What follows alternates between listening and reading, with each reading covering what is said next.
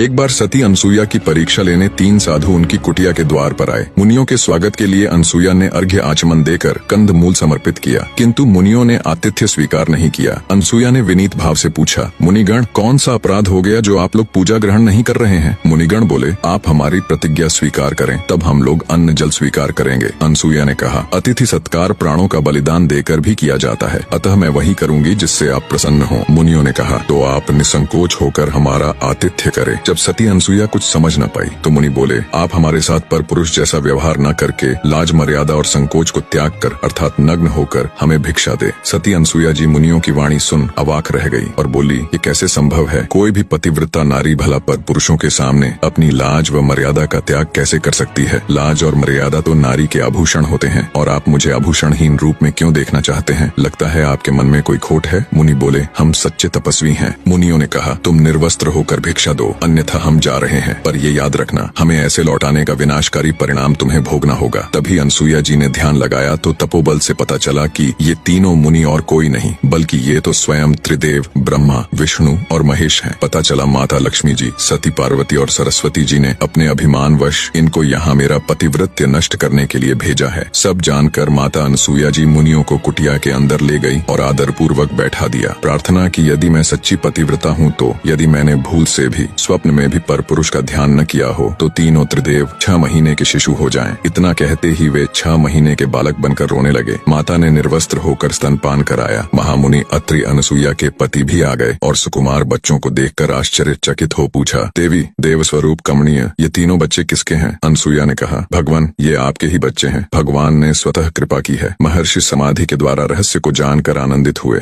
तीनों देव अब छोटे बच्चों के रूप में माँ की गोद में खेलते और माँ से क्रीड़ाएं करते थे। दिन बीते, मास बीता, वर्ष बीता। तीनों देवियां घबरा गईं कि पतिदेव कहाँ चले गए। उन्हें इतना समय तो नहीं लगना चाहिए था। वे घर से निकल पड़ी और मंदाकिनी के तट पर पहुंच गई। इस बीच नारायण नारायण की ध्वनि के साथ नारद उपस्थित हो गए। देवियों ने किसी तरह नारद को रोका और विनय के साथ पूछा, तीनों देवता कहाँ चले गए? नारद ने अंगुली के संकेत से बताया, देखो देखो, वे अनसुईया की गोद में खेल रहे हैं। तीनों ने नम्रता से कहा, नारद, हम इस आश्रम में जाना चाहती हैं। अनसुईया अप्रसन्न तो नहीं होंगी? जो देवियां थोड़े समय पहले जिस अनसुईया की पतिव्रता को अपने अहंकार वश नष्ट करना चाहती थी, जिन्हें लगता था कि उनसे बड़ी पतिव्रता एक साधारण भूलोकवासी कैसे हो सकती है, अब वो उनकी पतिव्रता की ताकत देख उनके सामने जाने से भी घबरा रही थी। नारद ने कहा, अरे देखती नहीं कि तुम्हारे पतिदेव बच्चे बने हुए किलकिला रहे हैं? सती जहाँ बैठाती है वहाँ बैठते हैं, जहाँ लिटाती हैं वहाँ लेटते हैं। अब जाओ, पति की आशा छोड़ राम राम जपो। अंततः देवियों ने भूल स्वीकार कर कहा, नारद, अनसुईया से बढ़कर कोई पतिव्रता नहीं है, हम लोग इसे मानती हैं। हम अब किसी गुणवान के प्रति ईर्ष्या नहीं करेंगे। नारद ने कहा, तुम लोग सती की शरण में जाओ, कल्याण होगा। बच्चों को सती के वश देख वे भयभीत होकर घर के अंदर जाने का साहस नहीं कर रही थी। इसी बीच अनसुईया मंदाकिनी में स्नान कर गीले वस्त्रों में अंदर गई तो तीनों देवियों ने कुटी के द्वार पर खड़ी होकर कहा, माता जी, हम भीतर आएं? अनसुईया ने उनसे पूछा, तुम कौन हो? उन्होंने कहा, हम आपकी पुत्र वधू हैं। अनसुईया ने कहा, बहुओं को घर में आने के लिए क्या पूछना, तुम्हारा ही घर है, चलिए आओ। लज्जा से नम्रमुखी होकर तीनों ने प्रवेश किया और अनसुईया के पैर छुए। इतने में अत्रि ऋषि आ गए। वे तीनों घूंघट डालकर एक और बैठ गईं। महर्षि ने पूछा, देवी, ये तीनों कौन हैं? देवी ने कहा, ये तीनों आपकी पुत्र वधुएं हैं। देवी, तुम तो बड़ा कौतुक करती हो, अब बड़ी बहुएं भी आ गईं। अत्रि ने आश्चर्यपूर्वक कहा।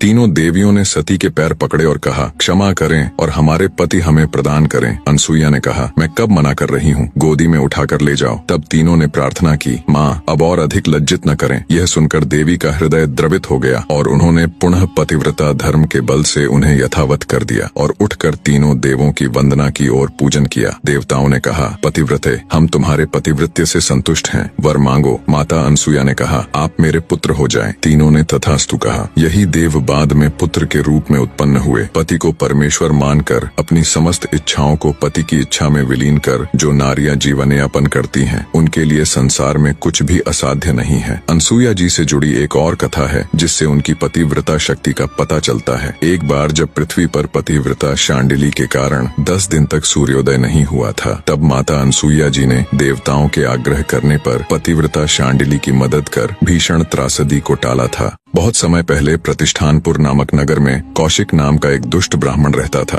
वह कोढ़ से पीड़ित था। उसके रिश्तेदार उसे छोड़कर चले गए, लेकिन उसकी पत्नी शांडिली उसे देवता के समान ही पूजती थी। कौशिक बड़ा ही क्रोधी स्वभाव का था। वह शांडिली का बिना किसी कारण अपमान करता रहता, लेकिन वह सुनती रहती। दिन भर अटारी में बैठकर आने जाने वाली स्त्रियों को बुरी नजर से ताकता था। एक दिन नगर के राजा के यहाँ से एक वैश्या निकली, जिसे देखकर कौशिक की काम वासना जागृत हुई। उसने अपनी पत्नी शांडिली से कहा, कुछ देर पहले मैंने यहाँ एक सुंदर वैश्या को जाते देखा था, क्या तुम मुझे उसके पास ले चलोगी? पति के मुख से दूसरी स्त्री, वो भी वैश्या, के पास जाने की बात सुनकर भी शांडिली को क्रोध नहीं आया, बल्कि वह पहले उस वैश्या के घर गई और वैश्या के सामने अपने पति की इच्छा व्यक्त की। वैश्या ने उसे बहुत सारे धन और उसके पति के साथ आधी रात को आने के लिए कहा। यह सुनकर शांडिली अपने घर लौट आई। अपने ही पति को वैश्या के पास ले जाने के लिए शांडिली ने सारे आभूषण इकट्ठे किए। जब रात हुई तो शांडिली जी ने अपने कोढ़ से घर्षित पति को कंधे पर उठाया और चल पड़ी। जिस मार्ग से वो अपने पति को लेकर जा रही थीं, उसी मार्ग में थोड़ी आगे मांडव ऋषि को चोरी के संदेह में राजा ने सूली पर चढ़ा दिया था। हालांकि मांडव ऋषि के पास भक्ति की इतनी ताकत थी कि वो चाहे तो अपनी मंत्र शक्ति से सजा से बच सकते थे, परंतु जब वो एक छोटे बच्चे थे तो चींटियों को कांटे चुभोया करते थे। अब उन्हें ये सजा उसी के फलस्वरूप मिली है, ये वे भली भांति जानते थे। तो अपने कर्मों को काटने के लिए वे सूली की सजा भुगत रहे थे। तभी वहाँ से शांडिली गुजरी। काफी अंधेरा होने के कारण उनके पति का पैर सूली से लग गया, जिससे सूली हिलने लगी और ऋषि को असहनीय पीड़ा हुई। पीड़ा से छटपटाते ऋषि ने शाप दिया, जिसने भी इस सूली को हिलाया है, सूर्य उदय होने से पहले उसकी मृत्यु हो जाए। शांडिली ऋषि का शाप सुनकर कांप उठी और उनसे आग्रह किया, महाराज, अंधेरा ज्यादा होने के कारण अनजाने में मेरे पति का पैर सूली से लग गया, कृपया अपना शाप वापस ले ले।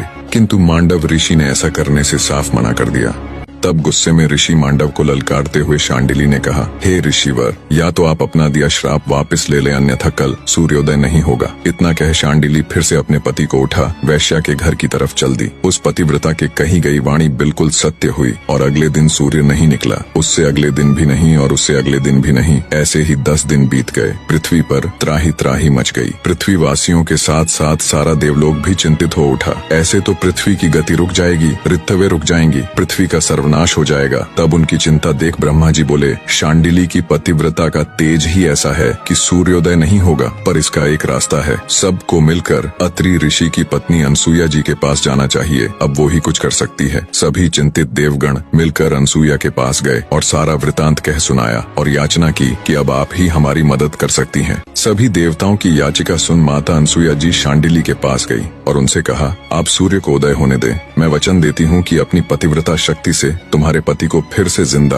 और बिल्कुल स्वस्थ कर दूंगी। उनका रोग समाप्त हो, वो देवताओं के जैसे अजर हो जाएंगे। माता अनसुया से आश्वासन मिलने के बाद देवी शांडिली ने सूर्योदय होने दिया। माता अनसुया जी ने अपने वचन अनुसार कौशिक ऋषि को जीवित कर उसे देवताओं की तरह अजर बना दिया। कौशिक ऋषि अब पहले की तरह कठोर स्वभाव का नहीं रहा। भारतवर्ष की नारियों में पतिव्रता अनसुया जी का सर्वोच्च स्थान है। वही शांडिली जी भी एक पतिव्रता नारी थी, जिसने सूर्य तक को उदय होने से रोक दिया था। निष्कर्ष, सच्चा प्रेम, समर्पण और निष्ठा वह शक्तियां हैं जो असंभव को संभव बना देती हैं। जब हम अपने कर्तव्यों और धर्म के प्रति पूर्ण समर्पित होते हैं, तब समस्त ब्रह्मांड हमारे संकल्प के सामने झुकता है। यह जीवन का सत्य है कि प्रेम और त्याग में निहित शक्ति किसी भी बाधा को पार कर सकती है। बाहरी कर्मों की सीमा से परे भीतर की निष्ठा और साधना का तेज ही वास्तविक शक्ति का आधार है। एक ऐसा आधार जो न केवल स्वयं का उद्धार करता है, बल्कि सृष्टि को भी संतुलित रखता है। चैनल को सब्सक्राइब कर नेक्स्ट कहानी आप किसकी देखना चाहते हैं कमेंट करके बताइएगा जरूर।